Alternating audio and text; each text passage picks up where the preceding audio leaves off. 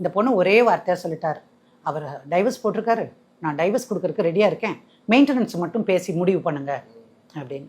அப்புறம் இவ கேட்டா எவ்வளவு வேணும் என்ன ஏதுன்னெல்லாம். அவன் காசு மட்டும் இவளுக்கெல்லாம் கொடுக்க மாட்டேங்க, அவள் எனக்கு பொண்டாட்டியாவே இருக்கல, அவளுக்கு எதுக்கு காசு அப்படின்னு எல்லாம் பேசினான். பார்க்குற நாங்களும் ஆன வரைக்கும் முயற்சி பண்ணினோம். நான் வெறும்னே மெயின்டெனன்ஸ் வாங்கிட்டே இருந்துக்கோன்னு சொல்லிட்டேன். நீ மெயின்டெனன்ஸ் வாங்கிட்டு இருந்துக்கோ, அவர் கேஸ் என்ன ஆகுதுன்னு பார்க்கலாம் அப்படின்னு. ஆனால் அந்த பொண்ணு படித்த பொண்ணு, இந்த மாதிரி ஒரு ஆம்பளை கிட்ட வந்து பிச்சை எடுத்து நான் வாழணுமா? இன்னும் ஒரு 1.5 வருஷம் நான் படித்தேன்னா நான் 2வது டிகிரி வாங்கிடுவேன். நான் ஒரு வேலைக்கு போயிடுவேன், ஏதாவது ஒரு வேலைக்கு போய் நிற்பேன். எனக்கு இந்த ஈனப்பிறவியோட முடியல. அவன் எழுதுகிற வார்த்தைகள், ஃபோனில் அனுப்புகிறான் மெசேஜஸ், அதெல்லாம் நாங்கள் கோர்ட்டில் தாக்கல் பண்ணினோம்.